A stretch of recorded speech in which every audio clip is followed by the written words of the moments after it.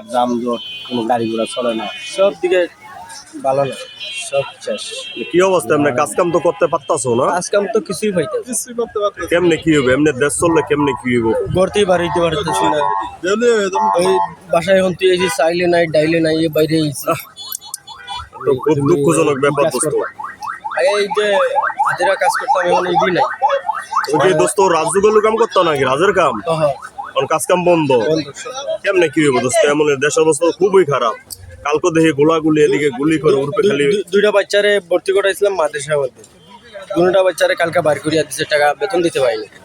সমস্যা দোস্ত, কালকে বার করিয়া দিছে। কেমনে এমন হইলে দেশের অবস্থা খুবই খারাপ।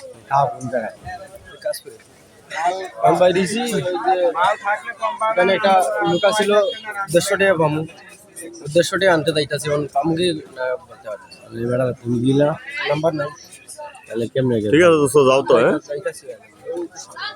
সামনে একটা দোকান আছে না, ভালো।